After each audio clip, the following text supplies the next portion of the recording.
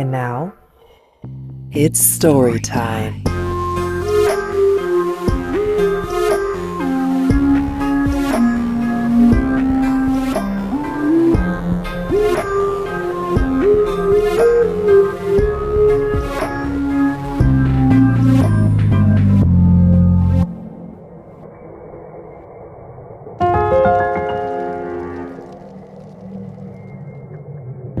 It was around 2 a.m. in a small apartment near the University of Tokyo when Aiko was video chatting with her boyfriend, Riku. Her roommate Hinata burst out of her room with a giant rolling suitcase behind her and a bulging backpack around her shoulder. Aiko shot her a confused glance and asked what all the bags were for. "I'm heading to my mom's in Kawasaki for a while." "I told you that." "What?" "No, you can't be traveling right now. Haven't you been watching the numbers? COVID cases are the highest they've ever been. You absolutely can't leave." "Whoa, you need to calm down. Me and Riku haven't seen each other in weeks, and we're 10 minutes away, but you don't see us complaining about it, do you?" "Hey, Hinata," Riku's voice echoed from Aiko's laptop. "This is for our own safety." Hinata looked away for a moment. "My mom's... she's not getting any younger. If something were to happen to her and I wasn't there..." She trailed off and looked away. Aiko exhaled deeply and apologized. Hinata reassured her that she had plenty of hand sanitizer, disinfectant wipes, and that the trains would probably be pretty empty. "I'll be fine, I promise. I'll see you once everything calms down a bit." Hinata hobbled through the living room with her bags.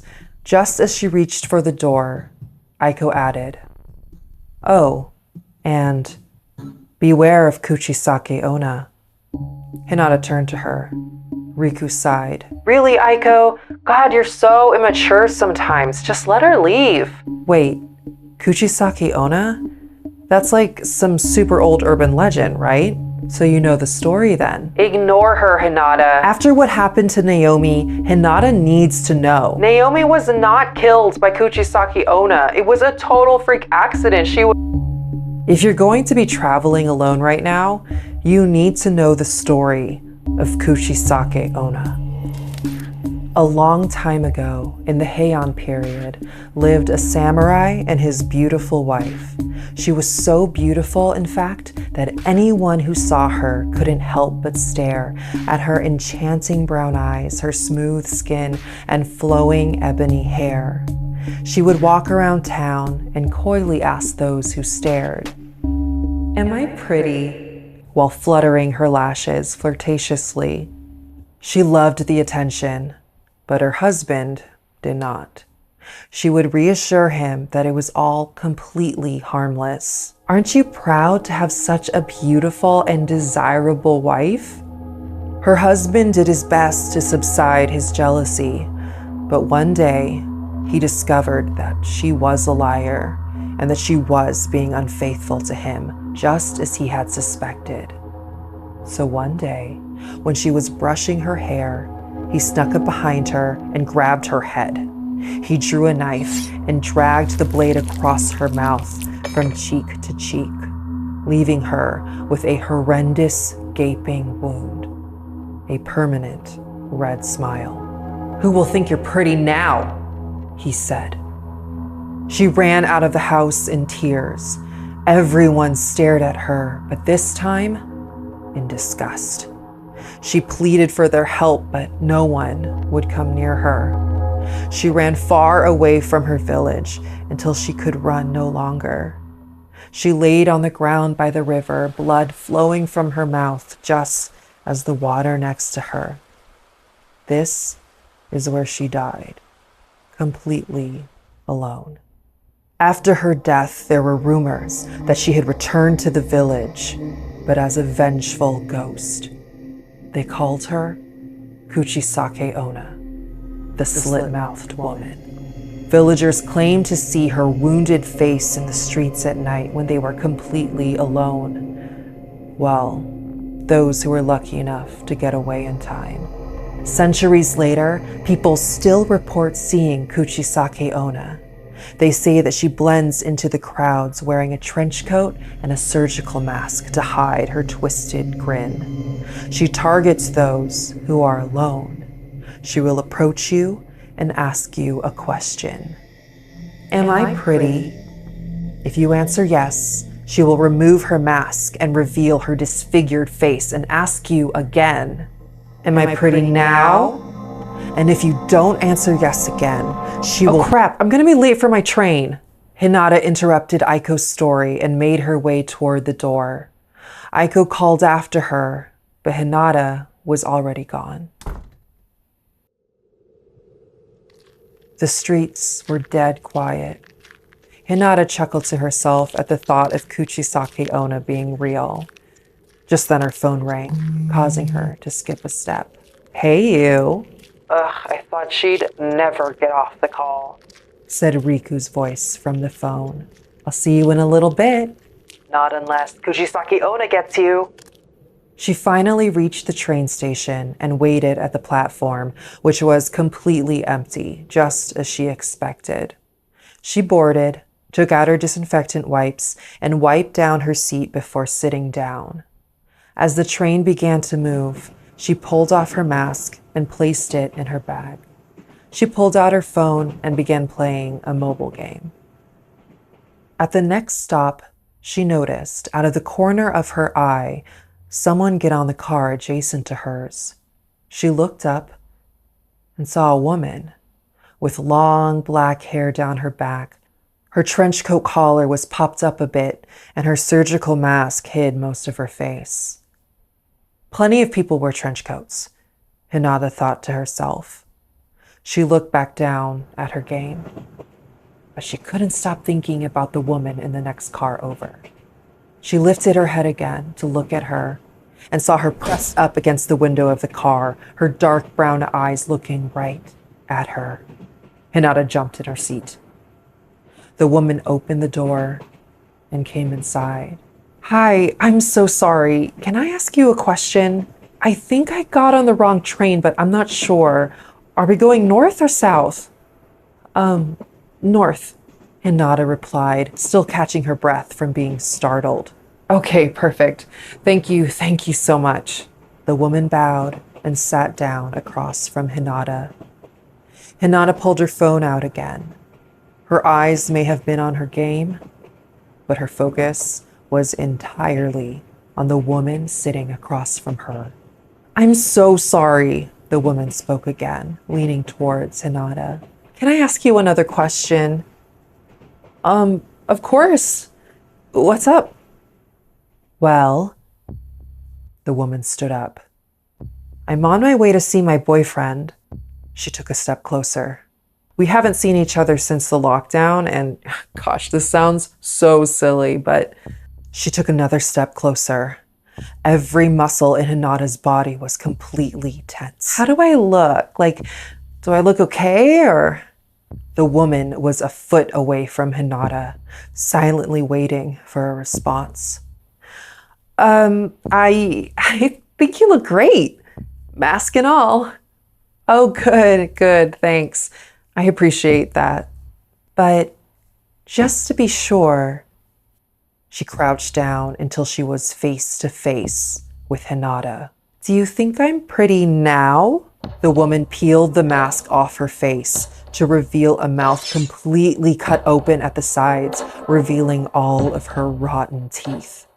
The woman let out a loud and pungent breath in Hinata's face as Hinata's screams echoed inside the empty train car. At the Tabata station, Riku was waiting at the platform. He checked the time on his phone every couple of seconds. Finally, the train arrived, and Hinata stepped out, mask on her face. She didn't say a word. She slowly walked over to Riku and fell into his arms. He removed the mask around her face and gasped. Her mouth had been slit open, ear to ear. Hinata collapsed onto the ground. Riku dropped to his knees next to her and cried into her neck. He heard footsteps coming from the train. A pair of black boots approached him. He looked up. The masked woman in a trench coat was standing above him. "Can I ask you a question?"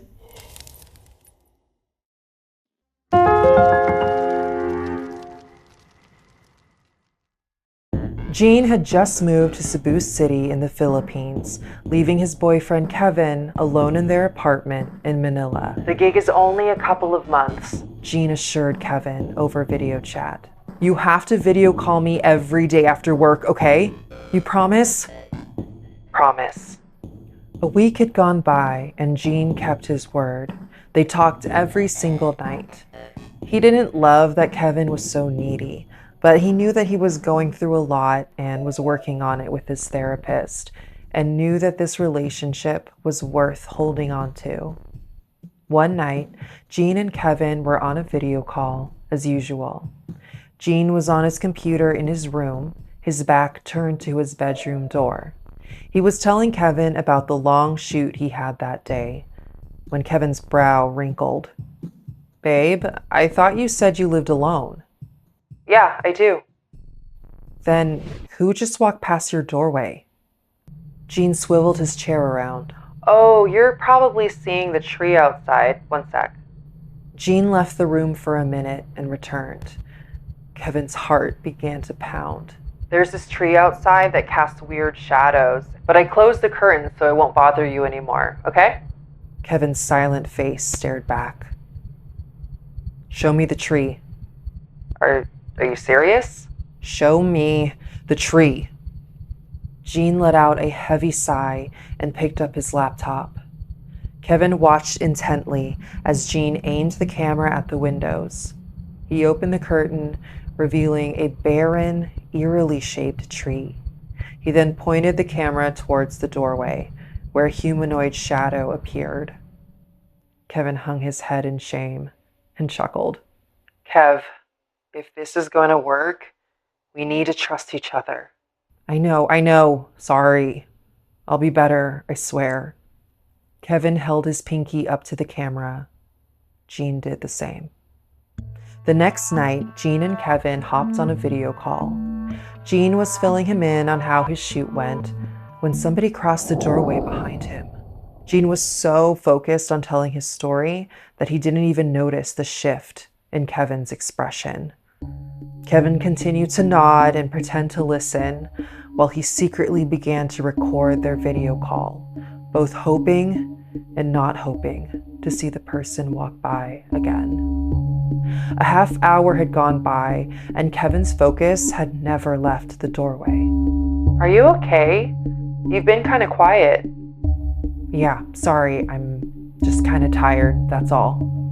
"Okay, well, I miss you. I'll talk to you tomorrow." Just as Gene ended the call, Kevin caught something moving in the doorway. He quickly replayed the recording. In the last few moments before Gene ended the call, there was a single frame of what was clearly a man standing in his doorway. Kevin's heart sank. The next day, Kevin's anxiety was at an all-time high. Gene had been lying to him, and now he had proof. But how was he going to call him out on it? Kevin was giving himself a stomach ache thinking about it. He decided that when they got on their nightly call, he would just be direct. 7 p.m. came, and Kevin answered Gene's call. "Hi, Kev. How was your day?" But Kevin didn't say a word. He shared his screen, revealing the screenshot from the video from last night. I don't get it. What is that?" "You've been lying to me, Gene. Why would you do this to me?" "Kev, I swear, I don't know who that is. I swear." He held his pinky up to the camera. "We're done, Gene. I'm gonna start looking for my own place. Have fun with your friend. Oh, look, there he is." The man entered Gene's bedroom. Kevin ended the call and cried into his hands. After a few moments, he collected himself and pulled up the recording of the video call he just ended. "Show me your face, you bastard." He scrubbed the video until the end. The man entered the bedroom. Jean turned around, fell out of his seat, and screamed. As the man got closer to camera, Kevin's eyes got wider. The man appeared to have a gaping hole in his chest. He then grabbed Jean's face, and the call ended. Kevin sat in silence for a moment. Whatever he saw could not have been human. He began searching the man's description on the internet. A few articles came up. Walay kasing kasing, the man with no heart. According to multiple websites, Walay kasing kasing was once a man. He never found love in life and became old and bitter. When he passed, he became a ravenous spirit, just as bitter as he was in life, seeking out fragile relationships and breaking them down so that everyone can be miserable like he was. Once he's gained enough power from the negative energy they produce, he consumes the couple and moves on to the next. Kevin couldn't look away from his screen. This was all his fault. He quickly booked a ticket to Cebu City and headed straight for the airport. A few hours later, he found himself outside of Jean's apartment. Jean was not answering the buzzer or his phone. It was too early in the morning for any of the other tenants to walk out and let him in. Kevin looked around the building, trying to come up with a plan. And that's when he noticed the familiar, creepy tree. There was only one set of windows immediately next to it. Kevin raced over to the window and managed to push it open. He climbed inside the apartment. It was quiet. Kevin called out for Jean. No response. Across the apartment was a room with light emanating from the open doorway. Kevin carefully made his way toward it. As he got closer, he heard a very odd sound. It was familiar, but he couldn't place it. He crept up to the doorway and slowly looked inside the room. At the desk was Jean's limp, lifeless body. He was in the arms of a skinless, hellish creature who was devouring Jean's chest. Kevin let out a horrified gasp. The creature lifted its head, with bits of Jean's heartstrings still dangling from its mouth, and lunged at the doorway.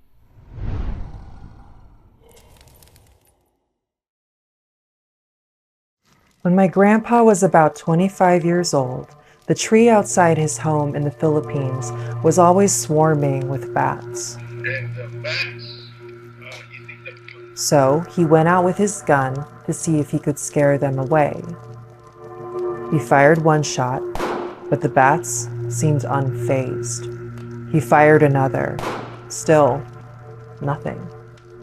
But then there was a cuss. That's when the bats flew away. My grandpa believes that the sound was coming from an aswang. And like the bats, he got the hell out of there. An aswang is one of the most feared creatures in the Philippines. This is my interpretation of one of the most popular legends surrounding them.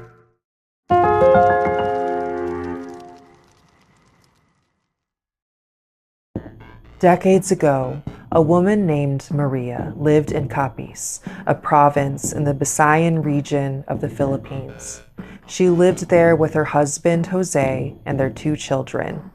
Maria had just lost her job, and her husband couldn't support the family on his policeman's salary alone.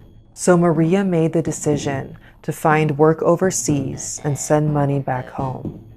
It was a difficult decision to make, one that many Filipinos have made. But Jose assured her that it would be best for the family. We will talk every week, and you won't be gone forever, just until I get a higher paying job or until you can find work again. We can do this. And so Maria moved to Canada and found a job as a caregiver to an eccentric and very wealthy elderly man named Harry. Maria had been a caregiver to many people before, but this man was definitely interesting. He requested that after sundown, Maria lock his bedroom and not enter until the sun rises the next morning. He handed her a set of keys, one key for each of the 6 locks on the door. Maria thought his need for privacy was a bit excessive. But what if you need me in the middle of the night? I won't. Are you some sort of vampire? Come now, Maria. Vampires aren't real. After the old man had been locked away, Maria called her family. Because international phone calls were very expensive, Maria limited herself to one conversation with her family per week. She told Jose about the old man's strange request. It worries me. What if something happens to him while he's locked up and I can't get in? Maybe he's just a light sleeper and doesn't like being disturbed. What do you think the police will do if they see that he died in a room that I sealed? They will arrest me. I don't know if this is a good idea. You'll be fine. He's paying almost 3 times what others would. We need this, Maria. So, Maria carried on. She assisted Harry in the bathroom, she prepared his meals and medication, and even played card games with him. And although he was very old and frail, his mind was bright and alert. Harry told Maria stories about his 3 kids. One was a doctor, another a lawyer, and one a teacher. When he spoke of them, his face lit up, as only a proud father would. How often do you see them? Oh my, I don't even think I can recall the last time I saw them in person. They do not visit you? That's terrible, Maria exclaimed, a heaviness forming in her chest. But Harry seemed completely unbothered. They have their own lives. That night, when Maria called her husband, she told him about what Harry said, about not having seen his kids in years. I've only been away from you and the kids for a few months. I can't imagine what not seeing you for years would feel like. He acted like it was normal. I feel so sorry for him. You don't know what their relationship is like. I'm sure there is pain that he's not showing you. It was rather curious. Why hadn't his children visited him in so long? Perhaps they had a falling out of some kind? But what kind of fight would lead to abandoning your elderly father forever? Harry seemed like such a kind and gentle man. A little weird, sure, but he was agreeable. She wondered, what if it had something to do with him locking himself up at night? Maria's curiosity was piqued. She had to know. That night, Maria helped Harry into bed like every other night. But when she closed the door, she didn't fully close all the locks. She waited a few hours to make sure he was asleep, before carefully removing the locks one by one. She took a deep breath. She slowly turned the doorknob and gently pushed the door open inch by inch. The light from the hallway seeped into the room, piercing the darkness. The light fell upon the bed. The empty bed. Harry was gone. Maria reflexively turned the bedroom light on. Harry wasn't in his bed. She began to panic. She felt around the covers under the bed. That's when she heard a soft breath coming from behind her. She carefully turned around. Standing in front of her was a 6-foot, slimy-skinned humanoid creature. It towered over her, its hot breath falling onto her face. The creature lifted an arm and motioned with its long, bony finger for Maria to come closer. Unsure if following its orders was better than not following it, Maria settled on the former. Step by step, she moved closer to the being. It unhinged its jaw and opened wide. Back in Capiz, Jose was on his way home from a long shift. When he opened the door, he was confused as to why the door was already unlocked. A delicious aroma hit his nose from the kitchen. He followed the smell to find Maria cooking dinner. He was so happy to see her, he rushed over to embrace her. He was surprised by how much bonier she felt in his arms. She excitedly told him that dinner was almost ready and motioned for him to take a seat at the table. Jose took a seat and stared at the woman at the stove. "Is everything okay, dear? I'm just tired and hungry from my trip." She pulled a large tray out of the oven and hastily placed it on the table. "Let's eat." Maria sat down and began shoveling food onto her plate. Jose called out for the kids to come join them, but there was no response. He turned to Maria and asked her where the kids were. Her mouth was so full of meat that it muffled her response. What did you say, dear?" Maria swallowed and raised the bone she was holding and gestured to the tray. "They're right here." Jose froze. Maria said nothing. Jose pulled out his bolo knife and slashed Maria's face, leaving a long gash from her brow to her cheek. She shrieked in pain, "Get out of here and never come back, you monster." Maria ran out the door. It is said that Maria still roams the town of Capiz at night. So beware of any women with a slash across your face. You might become her next meal.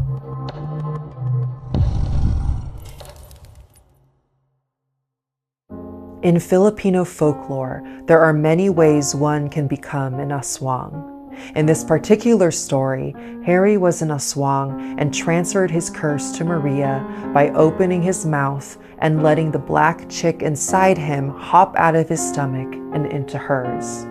In passing his power along, Harry also lost his immortality and passed away shortly after.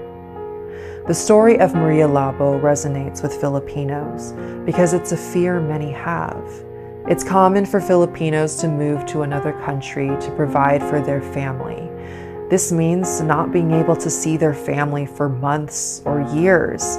In some cases, they never see them again.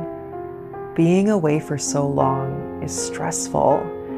You don't know if they're going to return, or if they do, if they'll return as the same person you once knew. What would you do if someone you loved suddenly became a monster?